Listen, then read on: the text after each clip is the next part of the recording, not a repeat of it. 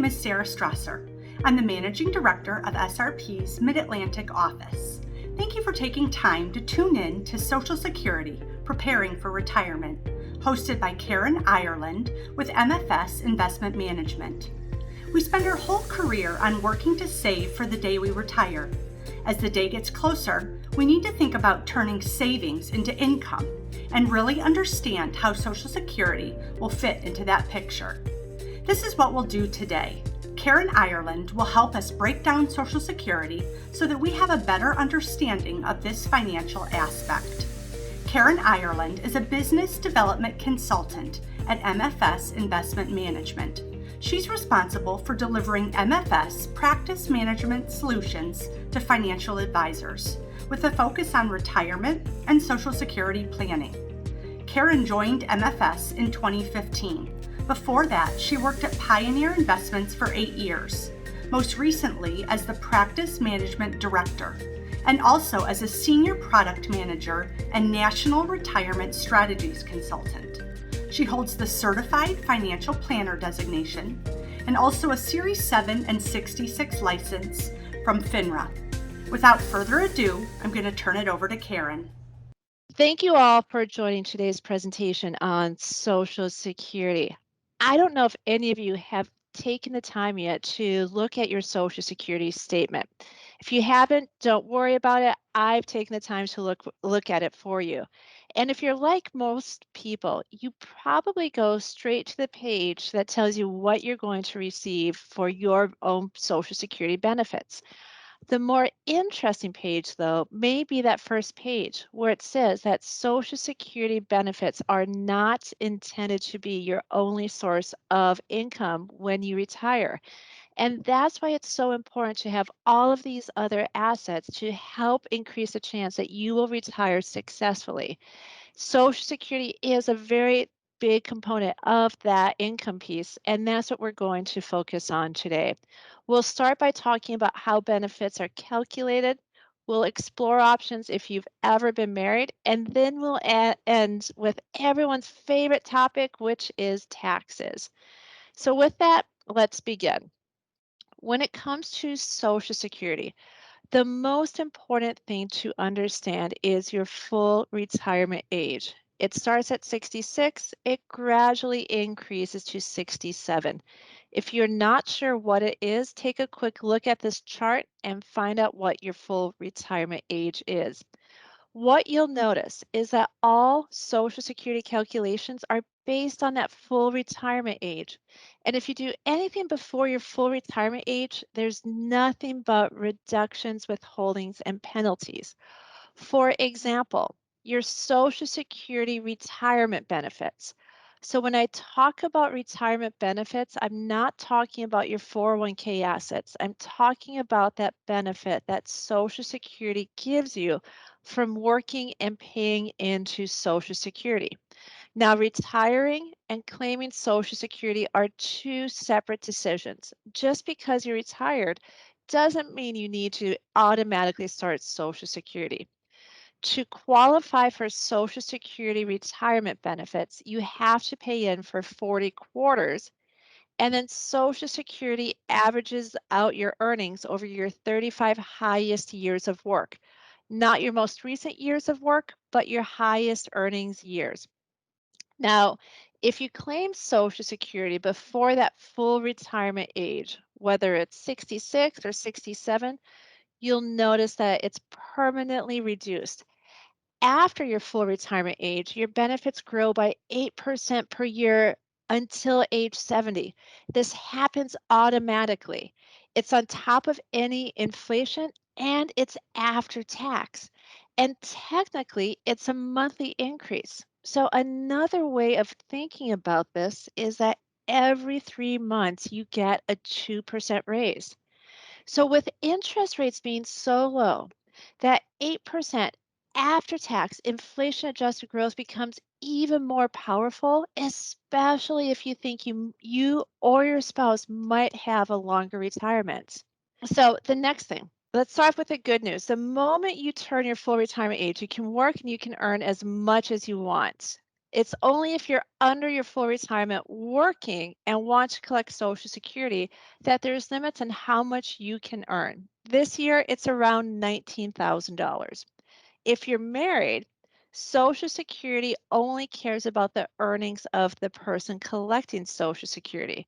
So let's say one spouse is 62, retires, wants to collect Social Security, and the other spouse is, say, 65 and still working. That's fine. Social Security only cares about the earnings of the spouse receiving it. So they only care about the 62-year-old spouse. And since they're retired, that's fine. They can go ahead and collect Social Security. Social Security also only cares about your wages after you start Social Security. So you can earn as much as you want before you claim Social Security. It's only after you start Social Security that Social Security cares about your wages, and they only care about your wages. So you can have as much income coming in from your 401ks, your IRAs, your pensions, etc. However, the most important thing is that top line, which says that this test, it affects all of your Social Security benefits, whether it's your own benefit or a benefit off your spouse or ex-spouse. So what this means is that the first thing to consider before you apply for Social Security is, are you working? And if you're working and under full retirement age, let's just keep this simple and not take Social Security. So then the follow-up question becomes, so what do I do when I retire? Or what do I do when I turn full retirement age? In that case, sit down with your financial professional and talk with them about your safe withdrawal rate. If you can live off your portfolio, maybe let's take Social Security at 70. If it's not enough, maybe let's take Social Security sooner rather than later. I'm sure your financial advisor would agree with me. That's much more important that we optimize all of your sources of income and not solely focus on Social Security. So now that we understand your own benefits, let's talk about benefits off your spouse. I will use my parents as an example. So dad's a higher earner, mom's a lower earner.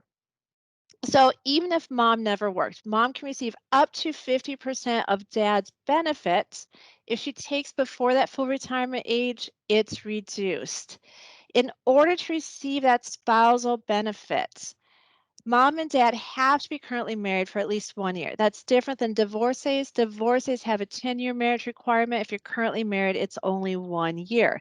And in order for mom to receive that 50% or maybe 35% off dad, dad has to be receiving his benefit. If dad's not receiving Social Security, mom can't receive anything off dad.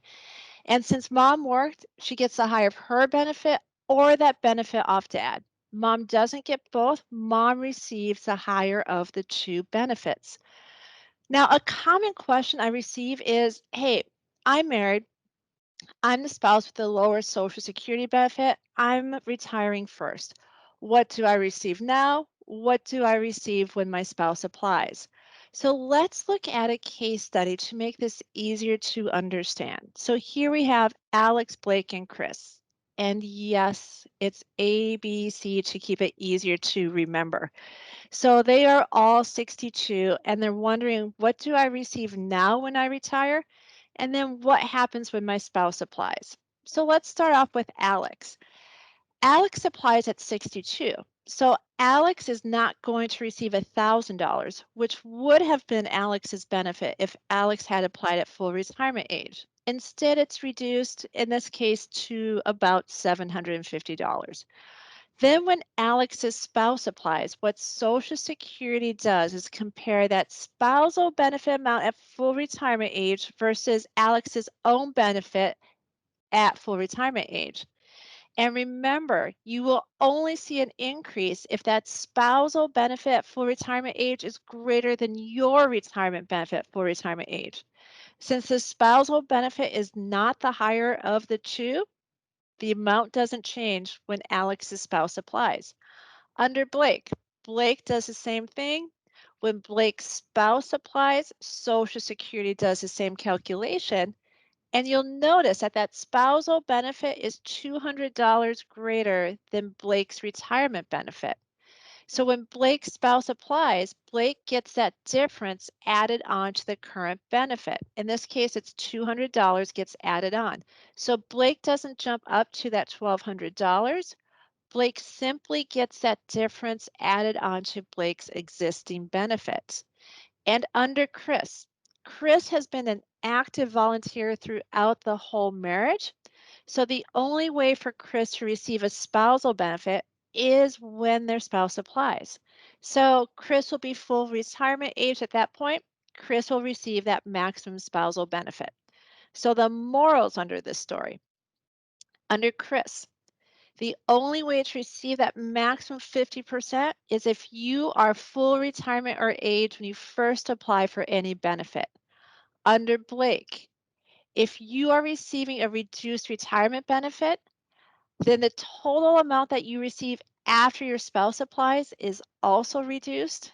And under Alex, if your own benefit is greater than that spousal benefit, you will never, ever receive a spousal benefit off your spouse, regardless of when you or your spouse applies.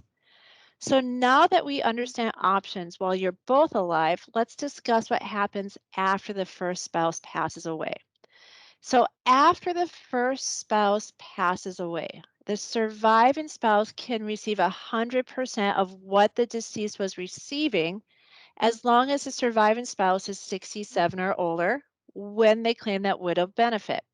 If they're younger than that, a reduced amount is available at 60. So, in other words, what happens is after that first spouse passes away, the surviving spouse receives the higher of their benefit or what the deceased was receiving. So, the lower benefit drops off, the surviving spouse receives the higher of the two benefit.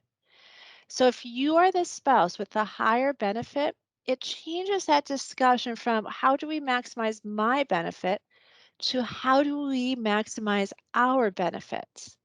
For the average worker out there, the difference between claiming your benefit at 62 versus 70 is over $12,000 a year to your spouse after you pass away. So, this is where I use tough love. And the reason why I use tough love is because I have four brothers. I'm the only girl. I figured out pretty early on in life that if I give tough love, men listen to me a lot better. And the other reason why I use tough love is you'll notice my goal is to ensure that no matter what happens, women always have as much income coming in as we can possibly give them. So here's a tough love. A lot of times it's the husbands who come up to me and say, "Hey, Karen, you know your stuff, but you don't get it." And then they go on this huge long story about how hard they've worked, how much money they've paid into Social Security, and how he wants to make sure he receives every dollar before he passes away because his parents were 75 and he wants to make sure he has all this income coming in so that he can go fishing and boating and golfing and whatever you men do when you retire. And the whole time, all I'm hearing is me. Let's change that conversation from me to we. Yes, I fully recognize that by taking Social Security at 70, we've increased the chance that you could pass away before you receive every dollar that you paid into Social Security. But if you have that flexibility to take Social Security at 70, and if by doing that, we are giving your spouse the highest source of inflation adjusted, dependable income for the rest of their life, and if that gives you peace of mind that you did everything you could to protect them financially, maybe it's worth the wait. So as long as we're talking about marriages ending, let's talk about divorce. So the percentages are the same. 50% while your ex is alive, 100% after they pass away.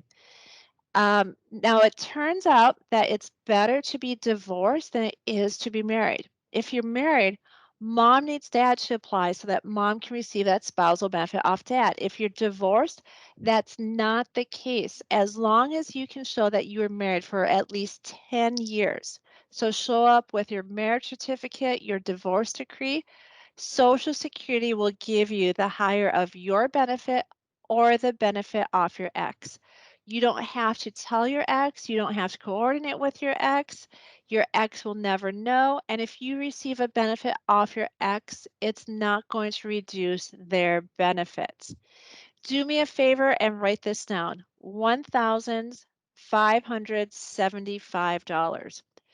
In 2021, the maximum spousal benefit, whether you're married or divorced, is $1,575 per month.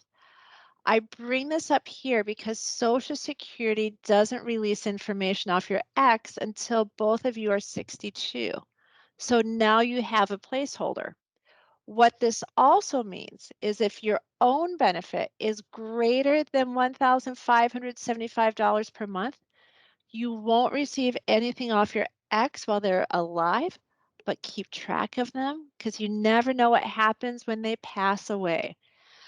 As far as remarriage, the good news is that the only way you can lose benefits off your ex is if you remarry. If your ex remarries, it's not going to affect you. As I mentioned, if you remarry, you usually give up benefits off your ex. But there's two things to keep in mind. Number one, if you remarry after 60, and this also applies to widows, if you remarry after 60, you hold on to that survivor benefit off your ex or deceased spouse. So if you remarry after 60, you receive the higher of your own benefits, the survivor benefit off your ex or deceased spouse, or the spousal survivor off your currents. Not all three, but the higher of the three. The other thing to be aware of is if that second marriage ends, you may become re-entitled to benefits off that first marriage. So let's go through this case study. Here we have Jane. Jane was married to both Tom and Theo. Both of those marriages conveniently lasted for 10 years. Both ended in divorce. So Jane receives the higher of her own benefits. Since Tom has passed away, the survivor benefit off Tom, or the spousal or survivor benefit off Theo. So the morals from that story, only stay married for 10 years at a time and always keep track of your exes because they're worth more to you dead than alive. So with that, let's go on and continue talking about taxes.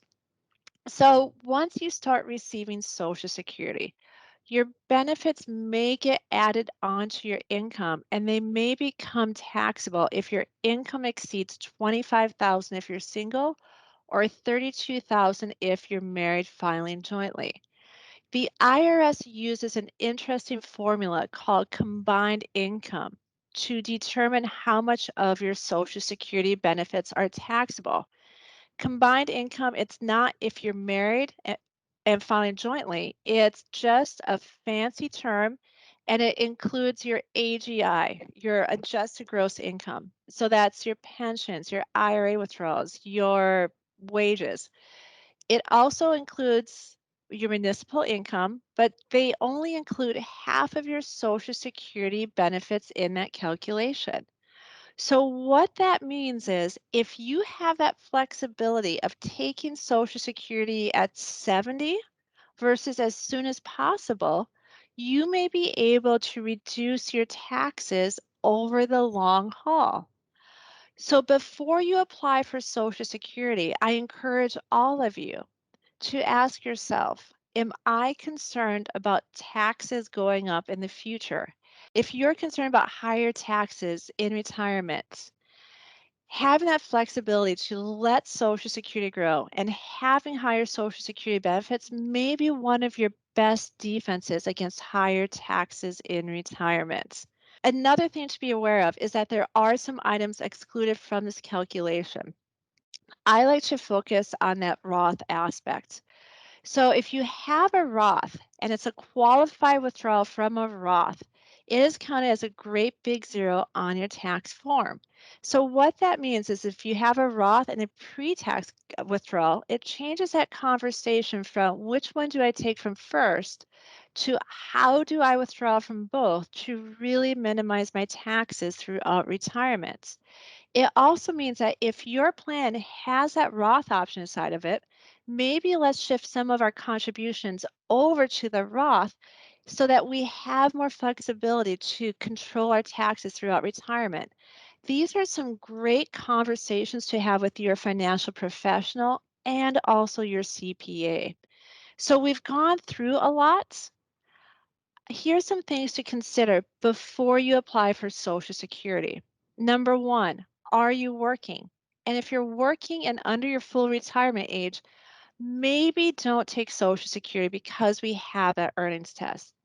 Next, sit down with your financial professional and figure out how much you can withdraw from your portfolio, from your 401k, from all of your assets. If that's enough to live off, maybe take Social Security at 70. If it's not enough, maybe we take sooner rather than later. It's more important that we optimize all of your sources of income and not just focus on one factor like Social Security.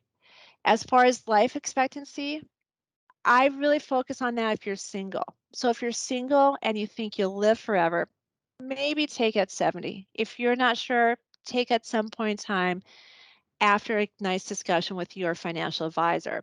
If you're married, however, I personally don't focus on life expectancy. And that's because, according to the Social Security Administration, there's a 50% chance that one of you is going to live until age 90.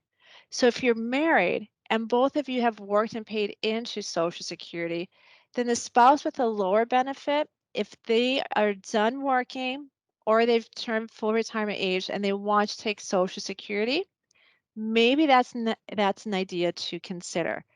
But I want to encourage the spouse with the higher benefits to let it grow for as long as possible so that we are giving you the highest benefit we can give you, but also giving your spouse a higher benefit after you pass away.